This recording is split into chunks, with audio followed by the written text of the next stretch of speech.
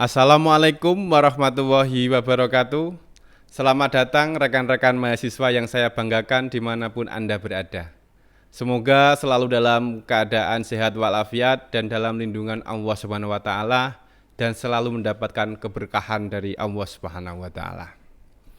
Selamat datang di ruang belajar akuntansi manajemen daring Sepada Fakultas Ekonomi dan Bisnis Unisnu Jepara. Hari ini saya akan menyampaikan topik terkait dengan biaya kualitas dan produktivitas. Gambaran umum untuk topik di sesi kali ini, jadi apa saja yang akan dibahas pada topik biaya kualitas dan produktivitas, ada beberapa hal. Yang pertama adalah terkait dengan konsep dari kualitas itu sendiri. Apa sih sebenarnya kualitas itu? Yang kedua, kemudian kita akan belajar terkait dengan apa biaya kualitas itu. Bagaimana pengukuran biaya kualitas, dan yang keempat, pelaporan informasi biaya kualitas. Serta yang kelima, nanti akan membahas terkait dengan optimalisasi biaya kualitas. Yang keenam, bagaimana menggunakan informasi biaya kualitas. Untuk yang ketujuh, berbicara terkait dengan produktivitas dan bagaimana mengukur produktivitas serta apa hubungan kualitas dan produktivitas. Itu adalah gambaran materi yang nanti akan kita pelajari bersama dalam sesi kali ini. Lalu apa relevansi kita belajar di biaya kualitas dan produktivitas untuk di sesi kali ini? Di kalangan praktisi, jadi hidup atau berkembang tiga pandangan terkait dengan biaya kualitas. Ada yang berpandangan bahwa semakin tinggi kualitas, maka berarti semakin tinggi pula biaya. Dan selanjutnya semakin tinggi pula harga. Jadi kadang ada yang mengatakan kalau harganya tinggi berarti berkualitas. Dengan demikian, bahwa harga yang tinggi ditafsirkan sebagai produk yang berkualitas. Pandangan yang lain menyatakan bahwa biaya untuk meningkatkan kualitas itu lebih kecil daripada penghematan yang dihasilkan. Penghematan di sini itu merupakan penghematan yang dihasilkan oleh berkurangnya pengerjaan ulang produk. Produk yang seperti apa? Produk yang cacat atau produk yang rusak.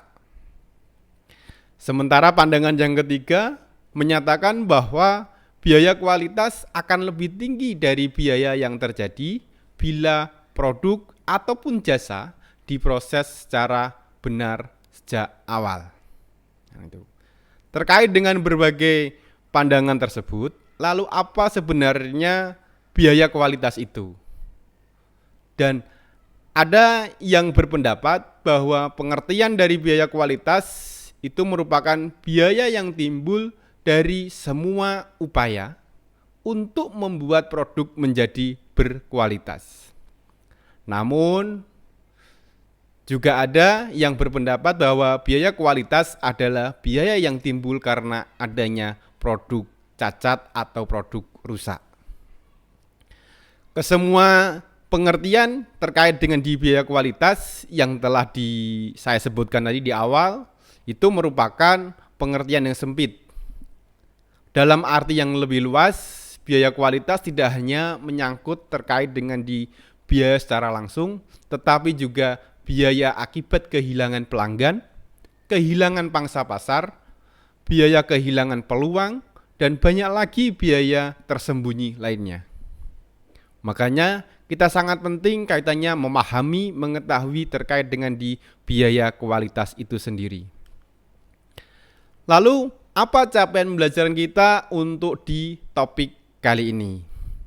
Jadi capaian pembelajaran yang nanti akan kita capai bersama, harapannya itu mahasiswa dapat satu, memahami konsep kualitas. Yang kedua, dapat mengukur biaya kualitas. Yang ketiga, memahami konsep pengelolaan biaya kualitas. Dan yang keempat, memahami konsep produktivitas dan efisiensi. Terkait dengan memahami konsep dari kualitas itu sendiri. Apa sih sebenarnya kualitas itu? What is kualitas? Kualitas is produk ataupun jasa yang mampu memenuhi atau bahkan melebihi harapan pelanggan. Itu adalah kualitas.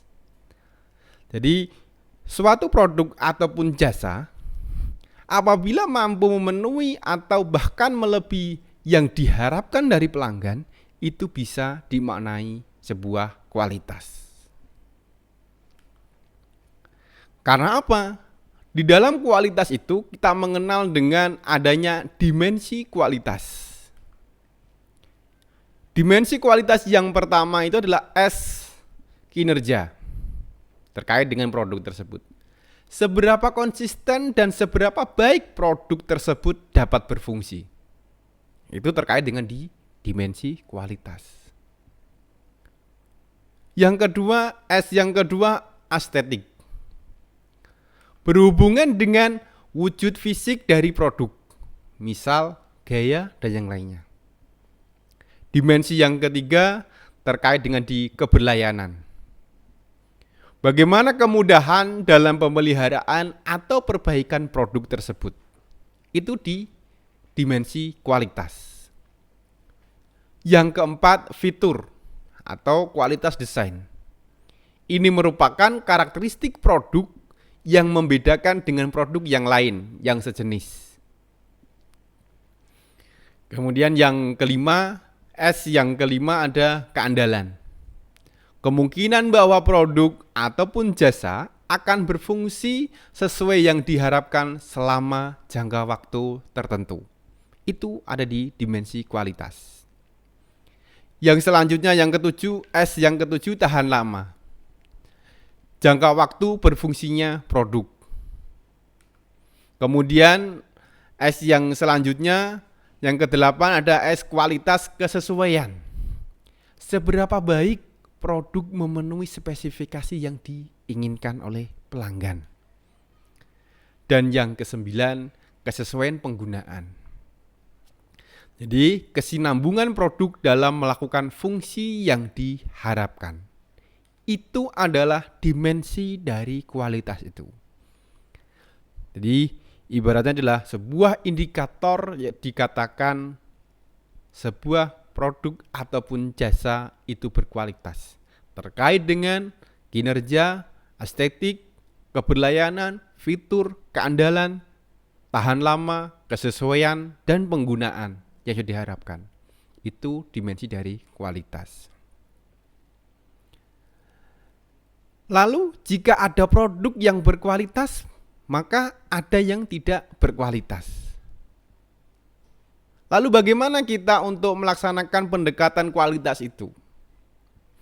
Jadi pendekatan dalam kita menentukan sebuah produk berkualitas atau tidak, pendekatan kualitas di sini itu ada dua yang digunakan. Yang pertama adalah pendekatan tradisional. Ini menggunakan apa? Nilai dari target. Yang kedua adalah pendekatan kontemporer. Ini menggunakan kualitas yang optimal. Setelah kita berbicara terkait dengan kualitas, di sini akan langsung pada fokus topiknya, yaitu biaya kualitas itu sendiri seperti apa. Jadi, di sini saya sampaikan, jadi biaya kualitas itu merupakan biaya yang muncul karena kualitas yang buruk. Mungkin akan atau telah terjadi. Jadi itu. Jadi diperkirakan, diestimasikan. Jadi biaya yang diestimasikan karena apa? Ada kegagalan atau cacatnya sebuah produk, baik itu yang akan terjadi maupun yang telah terjadi. Itu terkait di biaya kualitas. Biaya kualitas di sini itu berhubungan dengan dua jenis aktivitas. Lalu aktivitas apa saja yang terkait dengan di biaya kualitas. Yang pertama itu adalah aktivitas pengendalian. Yang kedua, aktivitas kegagalan. Jadi aktivitas di dalam biaya kualitas itu ada dua, pengendalian dan kegagalan. Lalu bagaimana pengukuran biaya kualitas itu sendiri? Jadi biaya kualitas itu juga dapat dikelompokkan menjadi dua. Ini menurut kemudahannya aja. Tadi yang paling gampang. Yang pertama adalah biaya kualitas yang dapat diamati dan biaya kualitas yang tidak dapat diamati atau tersembunyi. Itu di pengukuran biaya kualitas. Pembahasan terkait dengan di aktivitas yang terkait dengan kualitas itu menyebabkan munculnya kelompok yang ada di dalam biaya kualitas itu. Jadi ada 4 kelompok ya, yang muncul terkait dengan di biaya kualitas. Yang pertama ada biaya pencegahan. Yang kedua ada biaya penilaian. Yang ketiga ada biaya kegagalan internal. Dan yang keempat biaya kegagalan eksternal. Itu adalah 4 kelompok biaya kualitas terkait dengan di aktivitas. Lalu apa saja contohnya untuk biaya pencegahan itu? Biaya pencegahan itu berarti biaya yang muncul dalam rangka pencegah supaya apa? Tidak ada kerusakan ataupun kegagalan produk. Yang pertama contohnya apa? Pelatihan kualitas. Jadi sumber daya yang ada itu sudah dipastikan bahwa itu terlatih dan tersertifikasi ataupun ahli di dalam kaitannya mengurusi produk, barang, dan jasa tersebut. Yang kedua, pendesainan kualitas. Bagaimana kualitas itu didesain? Kalau produk berarti bagaimana produk tersebut sudah didesain terlebih dahulu. Yang ketiga adalah perekayasaan keandalan. Dan yang keempat adalah pengujian model. Itu adalah biaya pencegahan. Jadi dalam rangka menjaga supaya produk ataupun jasa yang dihasilkan oleh perusahaan itu berkualitas, maka diperlukan pelatihan, desain, rekayasa, dan pengujian. Lalu terkait dengan di biaya kualitas yang kedua, biaya penilaian. Apa yang dilakukan terkait dengan di biaya penilaian itu? Biaya penilaian di sini itu berarti terkait dengan yang pertama ada review desain. Itu berarti menilai. Inspeksi bahan. Pengujian keandalan, inspeksi mesin, pengujian lab, kemudian akseptasi proses. Itu semuanya tergolong di dalam kaitannya di biaya penilaian. Yang ketiga ada biaya kegagalan internal. Biaya kegagalan internal itu apa saja? Biaya kegagalan internal itu meliputi yang pertama adalah bahan sisa. Yang namanya membuat sebuah produk. Ya. Sedikit ataupun banyak itu biasanya memunculkan sebuah bahan sisa. Yang kedua adalah perbaikan. Ya. Jadi kalau terjadi yang namanya kerusakan atau kegagalan produk yang sudah diedarkan kepada pelanggan, maka diperlukan sebuah perbaikan. Itu biaya itu muncul termasuk dalam biaya kegagalan internal. Yang ketiga ada pengerjaan ulang. Ya. Yang keempat kemacetan produksi. Yang kelima kerusakan mesin. Dan yang keenam pembuangan limbah. Itu adalah biaya yang muncul terkait dengan di kegagalan internal. Lalu apa biaya kegagalan eksternalnya? Biaya kegagalan eksternal itu meliputi kalau dicontohkan ada 6. Yang pertama termasuk di dalamnya adalah biaya garansi. Jadi biaya garansi di sini itu termasuk di dalam biaya kualitas yang di dalamnya masuk di biaya kegagalan eksternal. Yang kedua, biaya penggantian produk. Jadi kalau produk sudah dilemparkan ke pasar, kemudian ada penggantian produk, itu masuk di biaya kualitas karena kegagalan eksternal. Yang ketiga ada komplain pelanggan. Pelanggan komplain, nah itu masuk di biaya kualitas juga. Penarikan produk, kehilangan penjualan, kemudian kehilangan pangsa pasar. Itu masuk di kegagalan eksternal.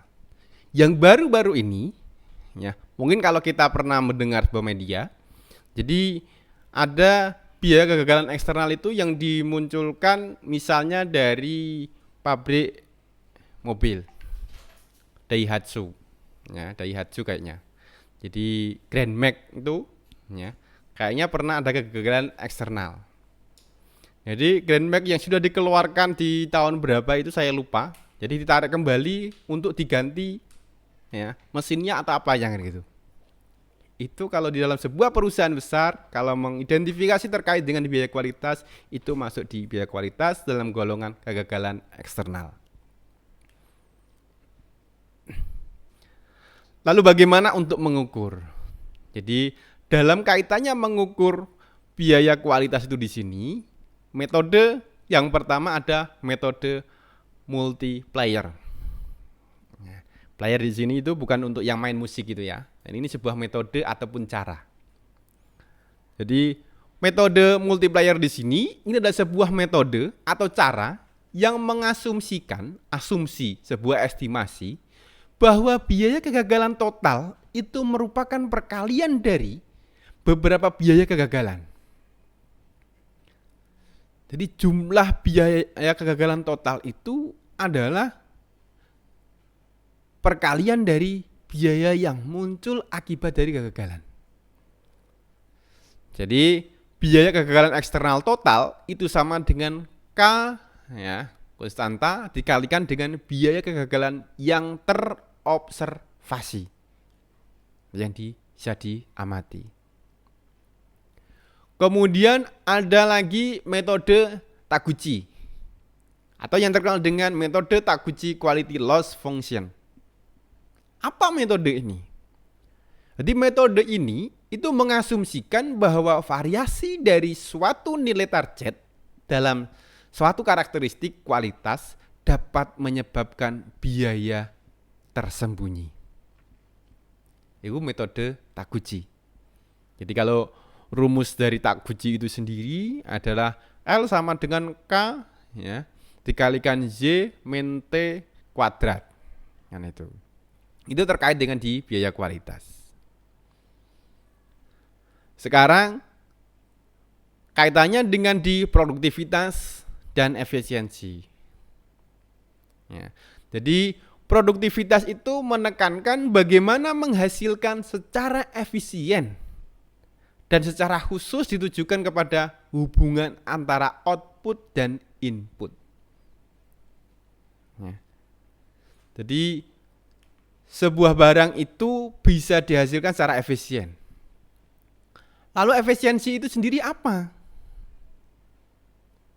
Jadi efisiensi proses itu sendiri itu merupakan kemampuan mengubah input menjadi output pada biaya terendah. Misalnya, kalau sama-sama kita misalnya mau pergi ke pasar tahunan, itu kalau misalnya kalau dari dari Ngabul, kalau bisa ditempuh lurus dari Ngabul sampai dengan pasar Jepara, ya pasar Jepara, kenapa harus muter lewat Pati dulu? Walaupun sama-sama tujuannya. Nah, itu kaitannya dengan di efisien. Jadi bagaimana sama-sama produk yang dihasilkan itu adalah pada biaya yang terendah. Jadi ukuran efisiensi itu di sini, ya. Jadi ukuran efisiensi ini adalah ukuran yang biasa digunakan untuk produksi dan bisnis. Itu diantaranya adalah produktivitas, waktu siklus, rasio waktu, ya. Lalu bagaimana pengukuran produktivitas secara parsial? Secara bersama-sama. Jadi rasio produktivitas itu sama dengan output dibagi dengan input. Paling mudah itu. Dikatakan produktif, seberapa besar produktifnya? Jadi kita lihat ya, output dibagi inputnya seberapa. Ya. Lalu bagaimana untuk pengukuran produktivitas total? Jadi dihubungkan dengan laba tadi.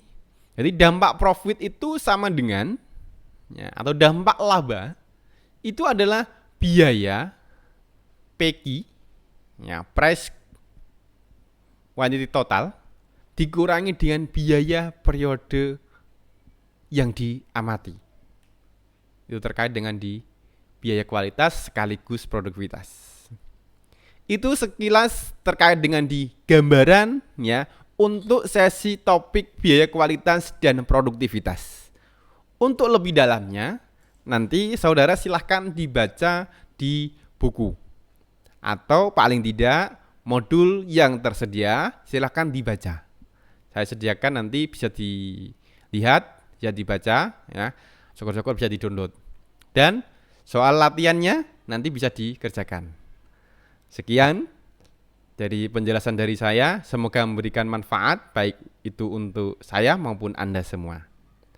Wassalamualaikum warahmatullahi wabarakatuh.